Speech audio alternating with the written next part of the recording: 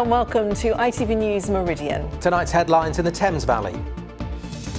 Businesses in Oxford say they're having to make cuts as one of the main routes into the city is set to be closed for another year for a rail upgrade. Now there are demands for compensation. We know them, we shop there, we know the people who run them, and we just think it's wrong that they should disappear because of this project. Lights, camera, action. The students from Berkshire on set at Shinfield Studios getting help from some of the best in the business. Also this evening, no more bank of mum and dad, the children striving for financial independence. And with the weekend set to be as hot as Ibiza, we look at what the unpredictable weather means for climate change and for pumpkin farms like this one in Oxford.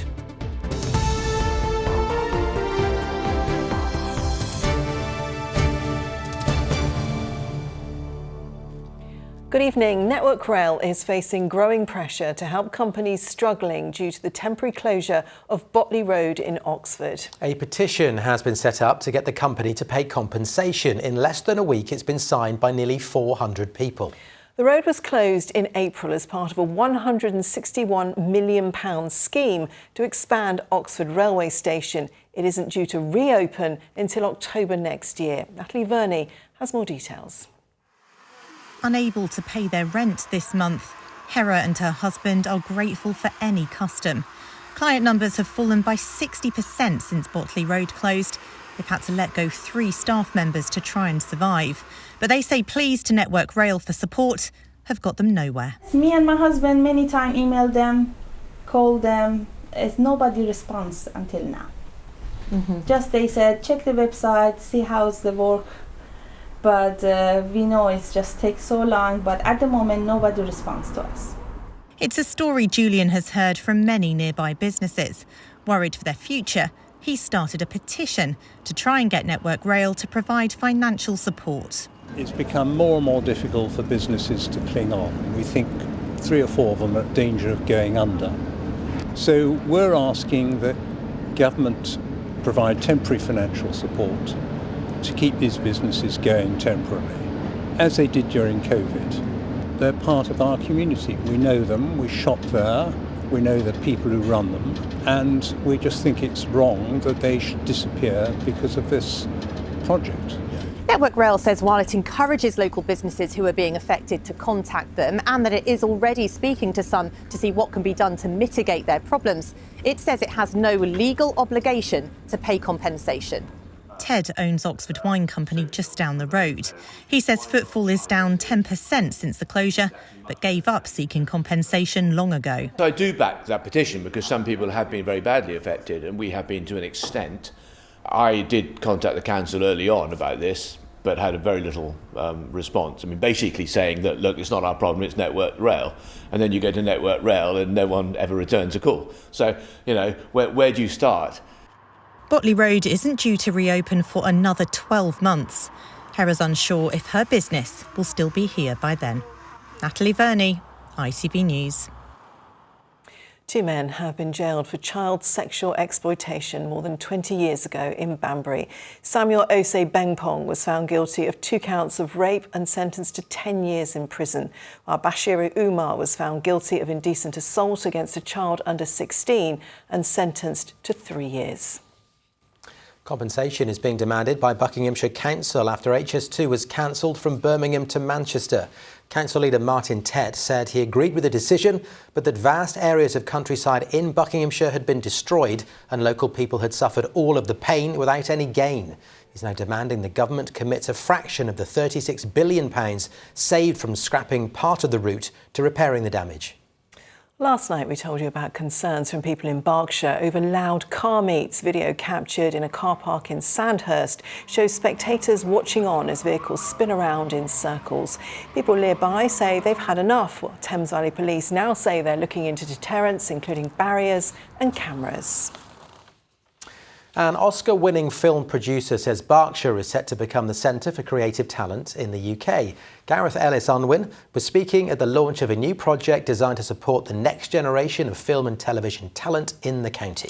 Well, the announcement was made at the multi-million-pound Shinfield Studios complex being built on the outskirts of Reading, and Penny Sylvester was there. Berkshire students are on set at Shinfield Studios and they're getting help from the best in the world. BAFTA and Oscar-winning producer Gareth Ellis Unwin. And then what's next? He was behind the box office smash hit The King's Speech, and he's putting his company's weight behind the new Screen Berkshire project. It doesn't matter whether you're on your first start as a young trainee or indeed someone that's looking to have a midlife career change. So Screen Berkshire is all about giving those access points to open up the industry, encourage talent from a diversity of backgrounds, you know, traditional and non-traditional, but most importantly a really localised approach to trying to fix the skills gaps and shortages in Berkshire for the creative sector. The focus on Berkshire as a world-leading centre for filmmaking is underlined by the construction of Hollywood-style studios next to the M4 just outside Reading. They're not finished yet, but already major productions have passed through the gates. All of the major studios have been over here. Most people have had a look around. The reaction's been incredibly positive. We've actually hosted already 3 productions, so we've had 3 things that have filmed here. Unfortunately, we had a 4th that we lost it because of the strikes that were happening, but everybody that's been here has been, I don't want to exaggerate, but wowed by what they've seen. I mean, the best compliment was from one of the largest Hollywood studios that came in, and they got to the front entrance and just said, "Oh wow, this is proper Hollywood." At the launch of the project, one young filmmaker was selected to showcase her work with her own crew working alongside professionals. It feels like I'm in like a dream and a nightmare, because this is kind of, you know, this is what so many people dream of, but it's so scary at the same time. It's a lot to live up to. I've worked every menial job on large-scale productions, so it's nice to kind of have my own crew. We've got industry working with education, working with the supply chain in a brilliant facility that's world-class. And it's that unification and the collegiate approach that we're taking with Screen Berkshire that I think will show great results. Just watching everyone's really interesting, and just being in the atmosphere, and it's way better than just being in a lecture about it. People don't want to hire us when we don't have experience, but we need to get our foot in the door to get that experience, so it just kind of shows that we do belong here. It's a nice opportunity for us to know there's prospects here in Reading without having to move back or move somewhere else. The Shinfield Studio complex is expected to open early next year, putting the county firmly at the centre of the UK's booming film and television industry. Penny Sylvester, ITV News, Reading. It's been announced the Paralympic flame will be lit at Stoke Mandeville for all future games. It'll start from Paris next year. Stoke Mandeville is known, of course, as the birthplace of Paralympic sport. And you're watching ITV News Meridian here in the Thames Valley. Coming up. There's no stopping Harry. A decade after breaking onto the scene, we catch up with the Hampshire show jumper targeting next year's Olympics. And some unseasonable weather this weekend. Join me a little bit later to find out just how warm it's going to be. And you can find more on all of today's top stories on our website. Just head to itv.com/Meridian. You can call us 0808 1010 095. And remember, you can also follow us on Facebook, on Twitter and on Instagram.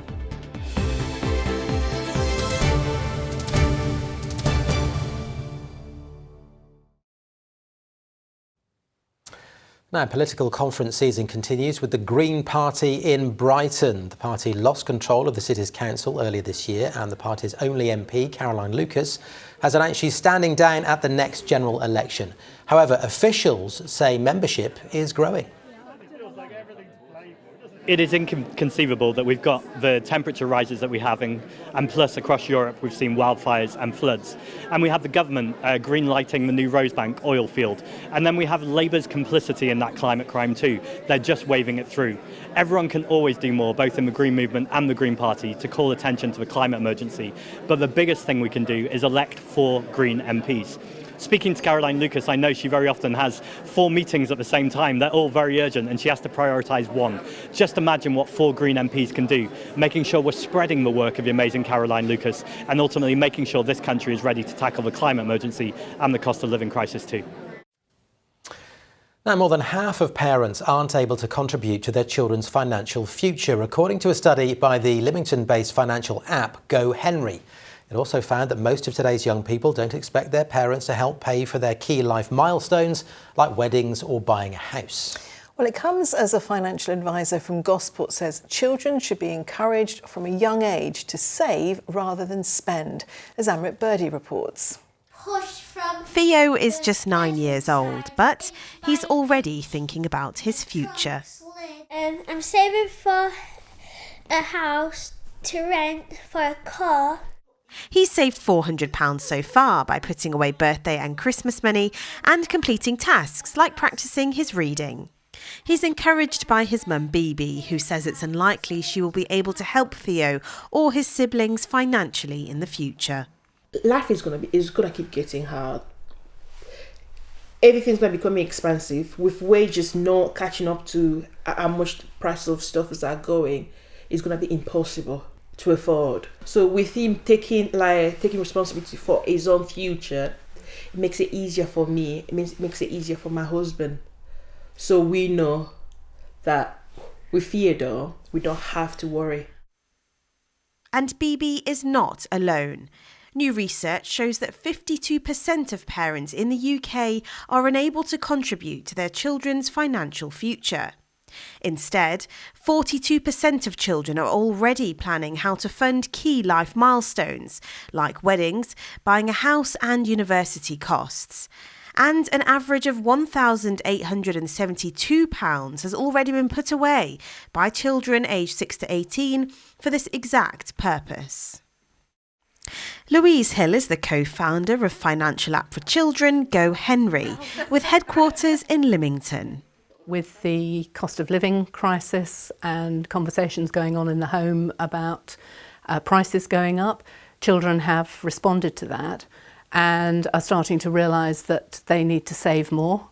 They need to have that financial buffer. What the kids and teenagers are telling us is that they really don't expect their parents to help them with that anymore. Some of them are saving already for those big life events. Lana Bates is a financial advisor in Gosport and says making good financial decisions is more important than ever in these times. I think if we can educate from a young age and encourage children to save and to understand the importance of these things, we'll switch it over to where we don't have a generation of borrowers, we have a generation of savers. It seems the younger generation will have to sacrifice more than ever to secure a financial future for themselves. Amrit Birdie, ITV News.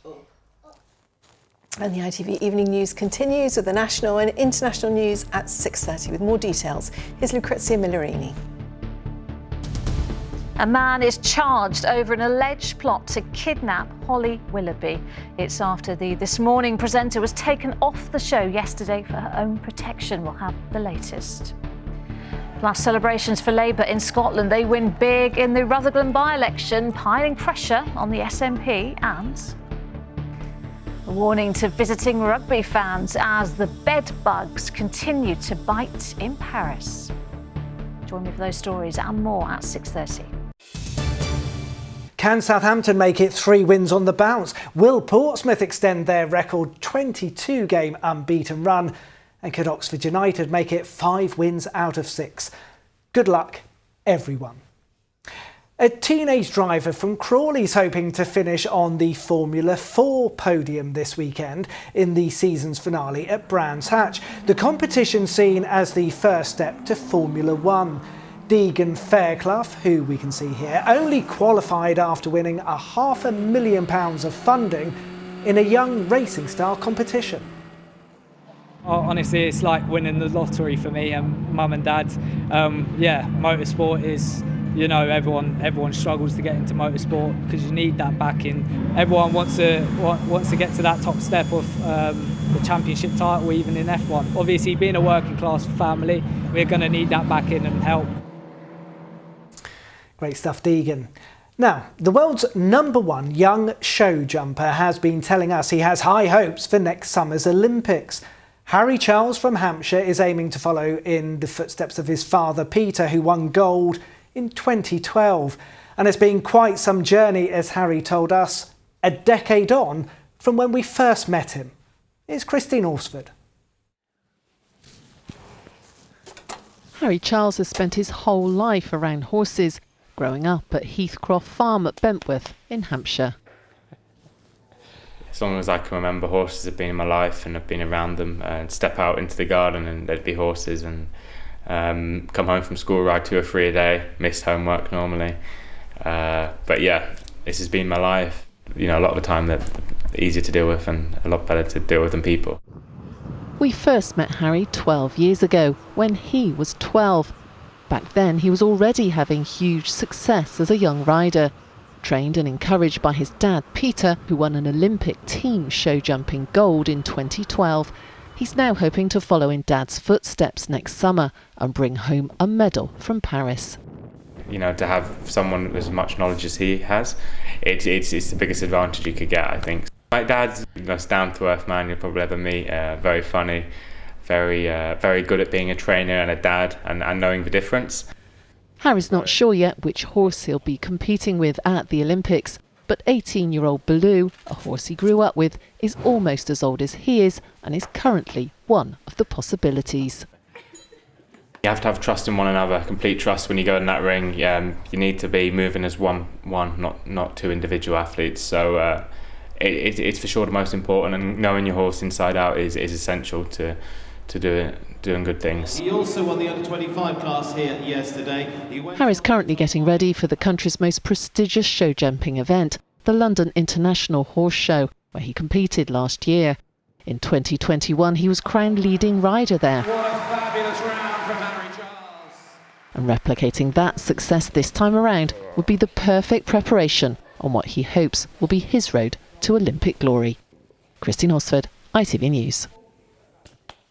Great to see Harry again there. Finally from me, a runner from Hampshire is trying to get into the Guinness Book of Records for the second time. John Warner already holds the record for the fastest marathon while wearing Crocs, and is now campaigning to get in as the first person to run 7 marathons in 7 consecutive days while wearing Crocs. The first 4 were in Whiteley, the final 3 started in Cornwall today, all while raising money for Sophie's Legacy in Fareham. They're surprisingly comfortable. Obviously trainers are more comfortable, but they're definitely runnable in. We were hoping to try and get this as a world record, but at the moment Guinness seem to think it's not something that they want to go with at the moment, because they don't think anyone else would try and be stupid enough to do it. So yeah, John there. Bonkers, but brilliant. He's definitely brilliant. Thank you very much, Andrew. We can't quite see on the shot but Andrew's actually wearing Crocs. Yellow ones. Yeah, absolutely. Bright yellow. Now, after the warmest September on record, it's set to be a scorching weekend with temperatures up to 25 degrees. Scientists say the weather is alarming and another sign of climate change. But this unpredictable weather has been good news for pumpkin farms. A hot June and a wet summer has created bumper crops this year, and One Pickyer Road in Oxford is hoping the October sunshine will mean families flock to their fields. With more, here's Mark McQuillan. At this farm in Oxfordshire, pumpkin season is well underway, and it's being helped by the unseasonably warm weather we're experiencing. Yeah, it's really good for this weekend and our visitors to have a nice weather when they're visiting, and then it's great for our potatoes and also our cereals that we're trying to get in and out of the ground at this time of year. The warmer weather has meant a strong harvest and encouraging bookings for pumpkin picking over the coming weeks. But more extreme temperatures in general can bring wider challenges. A conversation that I've had with my dad is about how the climate's very different to when he started farming 30 years ago, and it is much more up and down, and we are reliant on the weather. We can't do anything about it, and we just have to plan our business around it, but it can have some negative effects. Customers don't like coming out to pick strawberries when it's really hot. Strawberries and plants in general don't like it when it's really hot, so we have to manage that situation. There are clear benefits to this warmer weather, like for those enjoying an outdoor swim in Arundel earlier. But there is an increasing need for people to cool down, with weather patterns becoming more extreme. Heat waves are 30% more likely due to the climate emergency. So we're seeing a heat wave over the south, but over the north we're seeing flooding. It's just these extremes are becoming more and more regular, more frequent due to the climate emergency. The extremes in weather can be challenging for farmers, so many will be looking forward to a bright, busy weekend with the autumn sunshine providing a welcome boost. Mark McQuillan, ITV News. Really interesting piece there. One thing the first thing I thought was it does seem early for pumpkin time, but it's not, is it? We're nearly there. It's just because it feels like summer still, doesn't it? The year is racing by. Let's talk about weather. Holly joins us in the studio. We'll talk about the unseasonably warm weather in a moment, but first, you're back. I am back. Nice to see you. Thanks for noticing. How's the year been? I can't believe I've been off a year. It seems ridiculous. It feels really odd, actually, to be back in the hot seat. I'm hoping I can still remember what to do. So just be gentle with me, won't you? We'll be very gentle, but you've chosen a very nice weekend to come back. All good news you have to tell us. Yeah, well, we've obviously had a lot of heat recently, and as we've seen, in many ways problematic. But I think most people will be quite pleased to hear that, lovely weekend in store in many respects. Some sunshine, really warm for the time of year, actually. So normally it would be about 15 degrees on average. We're talking by Sunday, perhaps up to the mid-20s, and that will continue into the beginning of next week as well. So probably the warmest spell of October weather in at least 5 years, I would think, and quite possibly longer than that. I guess the question then has to be why? Yeah, so I've got a chart for you. Let's take a look at it. We've missed the chart. I know. So you can see all the brighter colours on here. That's the jet stream. That's surging its way to the northwards. Incidentally, actually, that's bringing a heap of rain across parts of western Scotland, inches of it, 5 to 7 inches, really problematic, unfortunately, for them. For us, though, totally different story, high pressure building, and it's not only giving us some sunshine, which obviously raises temperatures, but it's more importantly drawing up this really warm air, tropical air, across the likes of Iberia, and that's with us into the coming days. So that's why it's going to be so warm. There's also something else I want to tell you about this weekend. We've got a meteor shower as well. So it's taking place over the next few nights, but peaking, I think, Sunday night's the Draconid's meteor shower, something like 10 meteors an hour. So that should be quite interesting to take a look at as well. So many interesting elements to the weather. Let's hope I can remember how to deliver the forecast.